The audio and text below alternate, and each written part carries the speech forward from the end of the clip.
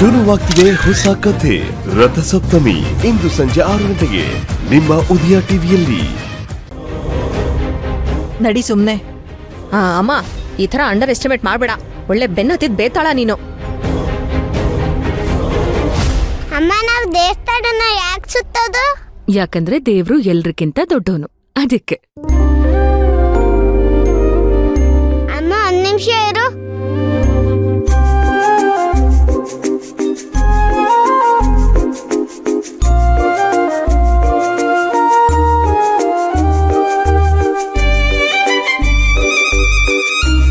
ಅಯ್ಯೋ, ನನಗೆ ಯಾಕೆ ಸುತ್ತಿದ್ಯಾ?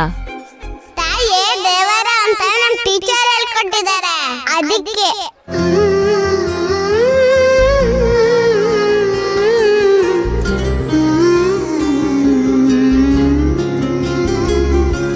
ಹಂಗಾದ್ರೆ ನೀನು ನನ್ನ ದೇವರಲ್ವಾ?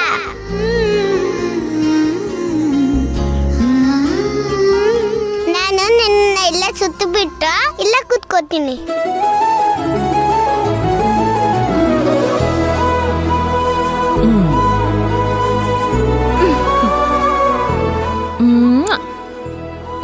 ಅತ್ತೆ, ನೀವ್ ಹೋಗಿರಿ, ನಾನು ಬರ್ತೀನಿ. ನೋಡಿ ಕಲ್ತ್ಕೋ. ಹೇ ನಡಿ.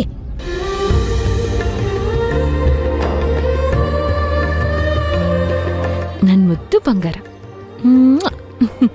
ಅಮ್ಮ, ನಾವ್ ಯಾಕೆ ಪ್ರದರ್ಶನ ಹಾಕ್ಬೇಕು? ಯಾಕಂದ್ರೆ ನಿಮ್ ತಾಯಿಗಿಂತ ದೊಡ್ಡೋರು ನಮ್ ತಾಯಿ, ನಮ್ ತಾಯಿಗಿಂತ ದೊಡ್ಡೋರು ಅವ್ರ ತಾಯಿ, ಎಲ್ಲಾ ತಾಯಂದ್ರಿಗಿಂತ ದೊಡ್ಡೋರು ಇಲ್ ಗುಡಿ ಒಳಗಿದಾರಲ್ಲ ಅವರು. ಅದಕ್ಕೆ ನಾವೆಲ್ಲರೂ ಅವ್ರಿಗೆ ನಮಸ್ಕಾರ ಮಾಡ್ಬೇಕು, ಪ್ರದಕ್ಷಿಣೆ ಹಾಕ್ಬೇಕು. ಬಾ ಹೋಗೋಣ, ಹೋಗೋಣ. ಅಮ್ಮ, ಕೈ ಬಿಡಮ್ಮ, ನಾನೇ ಬರ್ತೀನಿ. ಎಲ್ಲಾದ್ರೂ ಮಿಸ್ ಆಗ್ಬಿಟ್ರೆ ನೀನು? ನಾನೆಲ್ಲೂ ಹೋಗಲ್ಲ, ನೀನ್ ನಡಿ, ನಾನು ಬರ್ತೀನಿ. ನಾನೇ ನಿನ್ನ ಚಿಕ್ಕ ಮಗುನ? ಆಹಾ, ದೊಡ್ಡ ಮನುಷ್ಯಲು ಮೇಡಮ್ ನೀವು.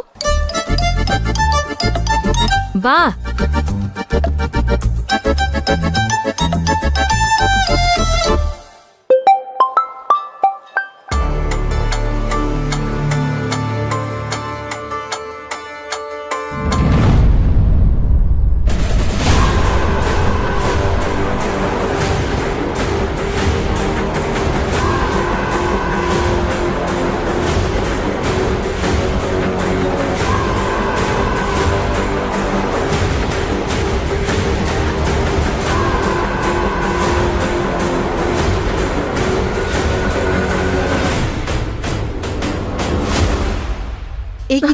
ಅಮ್ಮ, ಇಲ್ಲಿ ನಿಂತ್ಕೊಂಡು ಏನೇ ಮಾಡ್ತಿದ್ಯಾ? ಅಮ್ಮ, ಅದು ಬಾರಿ ಪ್ರದಕ್ಷಿಣೆ ಹಾಕೋಣ. ಅಮ್ಮ, ನಡಿಯೇ, 1 ನಿಮಿಷ ಹೇಳ್ತಿದ್ದೀನಲ್ವಾ, ಬಾರೆ.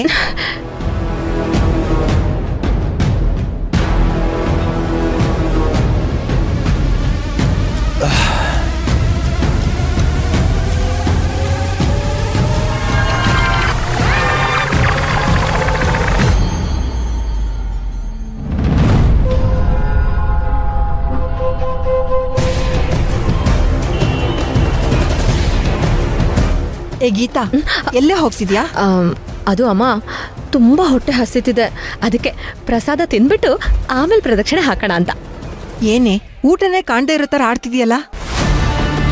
ಸುಮ್ನೆ ಸೈಲೆಂಟಾಗಿ ಬಂದ್ರೆ ಸರಿ. ಈಗ ಬಾ ನನ್ ಜೊತೆ. ಬಿಡಮ್ಮ. ಎಳಿಯೋದಲ್ಲ, 4 ಬಾರಿಸ್ತೀನಿ ನಿಂಗೆ. ಈಗಿನ ಕಾಲದ ಮಕ್ಳಿಗೆ ದೇವಸ್ಥಾನಕ್ಕೆ ಬರೋದು ಅಂದ್ರೇನೆ ಆಗಲ್ಲ. ಏನ್ ಆಡ್ತಿರೋ ನೀವು? ಅದು ನನ್ ಗಂಡನ್ಗೆ ಬನ್ನಿ ಅಂತ ಕಾಲ್ ಮಾಡಿದ್ದೆ, ಅದಕ್ಕೆ ನೋಡ್ತಾ ಇದ್ದೀನಿ ಬರ್ತಾ ಇದಾರ ಇಲ್ವೋ ಅಂತ. ಅವನೇನ್ ಚಿಕ್ಕ ಮಗು ಏನೇ, ಬಂದ್ರೆ ಇಲ್ಲಿಗೆ ಬರ್ತಾನೆ. ಬಾ ನೀ ನನ್ ಜೊತೆ. ಆಯ್ತು ನಡಿ.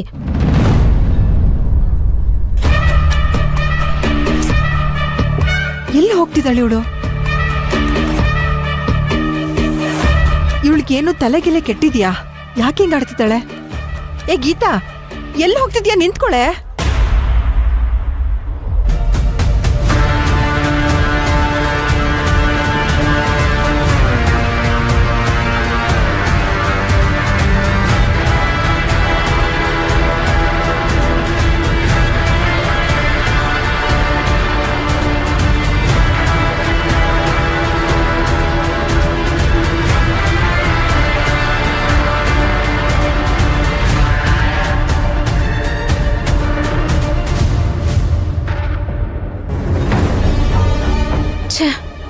ಎಲ್ಲಿ ಹೋದ ಇವನು?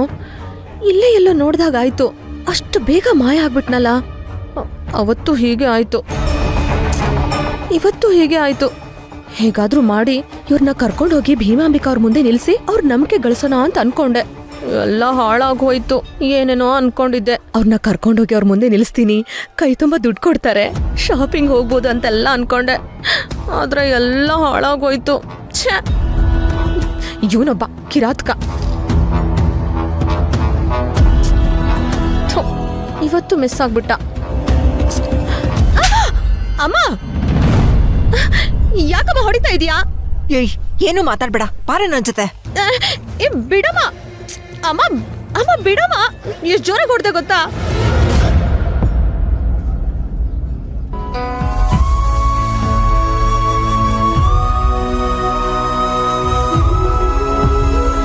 ಇದ್ಯಾಕಪ್ಪ ಈಗ ಕೂತ್ಬಿಟ್ಟೆ? ಓಹ್, ಈಗ ಕೂತ್ಕೊಂಬಾರ್ದಾ? ಸಾರಿ ಅಮ್ಮ, ಗೊತ್ತಾಗಿಲ್ಲ. ಯಾಕಮ್ಮ ನಗ್ತಾ ಇದ್ದೀರಾ? ಇನ್ನೇನ್ ಮಾಡ್ಲಪ್ಪ, ನಿನ್ ಮಾತಿಗೆ ಏನ್ ಹೇಳ್ಬೇಕಂತಾನೆ ಅರ್ಥ ಆಗ್ತಿಲ್ಲ. ನಾನು ಹೇಳಿದ್ದು ದೇವ್ರ ದರ್ಶನ ಮಾಡಲ್ವಾ ಅಂತ. ಅಯ್ಯೋ, ಆಗ್ಲೇ ಮಾಡೋದಲ್ಲ. ಆಗಲ್ಲಪ್ಪ, ಪೂಜೆ ಇರೋದು ಇವಾಗ. ನನಗೆ ಆಸಕ್ತಿ ಇಲ್ಲ. ನೋಡಪ್ಪ, ನಿನಗೆ ಆಸಕ್ತಿ ಇದೆಯೋ ಇಲ್ವೋ ನನಗೆ ಗೊತ್ತಿಲ್ಲ. ಆದ್ರೆ ನಾವು ಪೂಜೆ ಮಾಡ್ಬೇಕಾದ್ರೆ ನೀನ್ ಬಂದ್ ನಿಂತ್ಕೋ, ಅಷ್ಟು ಸಾಕು. ಭಕ್ತಿ ಪ್ರೀತಿ ಯಾವುದು ಇಲ್ಲ ಅಂದಮೇಲೆ ನಾನು ಬಂದು ನಿಂತ್ಕೊಂಡು ಅದನ್ನ ನಾನು ಮಾಡ್ಕೊಳ್ಳೋ ಮೋಸ ಆಗುತ್ತೆ. ಅದೇನು ಹುಡುಗರೋ ಏನೋ, ದೇವ್ರ ದೇವಸ್ಥಾನ ಅಂದ್ರೆ ಓಡ್ತೀರ. ಅಮ್ಮ, ಕಾರಣ ಆವಾಗಲೇ ಹೇಳಿದ್ನಲ್ಲ.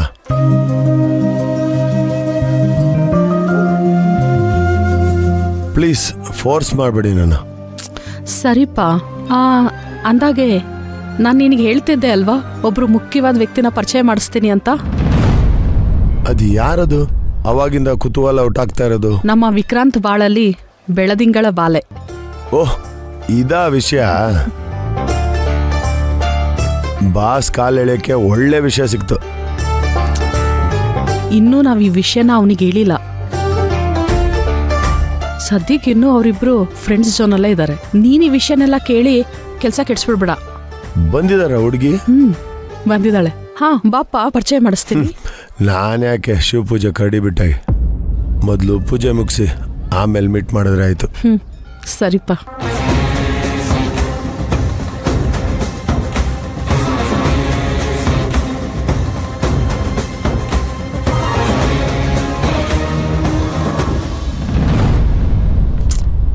ಇಷ್ಟು ಬೇಗ ಅದೆಲ್ಲಿ ಹೋಗ್ಬಿಟ್ಲ ಇವಳು? ಅವಾಗಿಂದ ತಪ್ಪಿಸ್ಕೊಂಡೇ ಓಡಾಡ್ತಿದ್ದಾಳೆ. ಅರೆ ಸುಲೋಚನವ್ರೆ, ಹೇಗಿದ್ದೀರಾ? ಇದೇನ್ ಪ್ರಭಾ, ಅವ್ರೆ ಇವ್ರೆ ಅವರೇ ಕಾಳು ಅನ್ಕೊಂಡು ಲಕ್ಷಣವಾಗಿ ಬೀಗ್ತಿ ಅಂತ ಕರೆದ್ರಾಗಲ್ವಾ? ಪಲ್ಲವಿ ಕೇಳಿಸ್ಕೊಂಡ್ರೆ ಅಷ್ಟೇ ಕತೆ. ನಮ್ ತೇಜುಗೂ ಪಲ್ಲವಿ ಅಂದ್ರೆ ಪ್ರಾಣ. ಅಯ್ಯೋ, ಮೊನ್ನೆ ನಮ್ಮನ್ನು ಕೂಡ ಅಪ್ಪ ಬೇಕು ಅಂತ ದೊಡ್ಡ ದಾಂದಲೆನೆ ಮಾಡ್ಬಿಟ್ಲು. ಸರಿಯಾಗೇ ಮಾಡಿದಾಳೆ ಅವಳು. ಇಲ್ಲ ಅಂದ್ರೆ ಇವ್ರಿಬ್ರು ನಮ್ ಮಾತಿಗೆ ಬಗ್ತಾರ ಹೇಳಿ? ಖಂಡಿತ ಇಲ್ಲ, ಇಬ್ರು ಜಗ ಮೊಂಡ್ರು. ಹಾ, ಅಂದಾಗೆ ಪುರೋಹಿತರಿಗೆ ಹೇಳಿದಿರ ತಾನೆ ಸಂಕಲ್ಪ ಪೂಜೆ ಯಾಕೆ ಮಾಡ್ತಿರೋದು ಅಂತ? ಎಲ್ಲಾನು ಹೇಳಿದೀನಿ. ನಮ್ ಪಲ್ಲವಿಗೂ ವಿಕ್ರಾಂತ್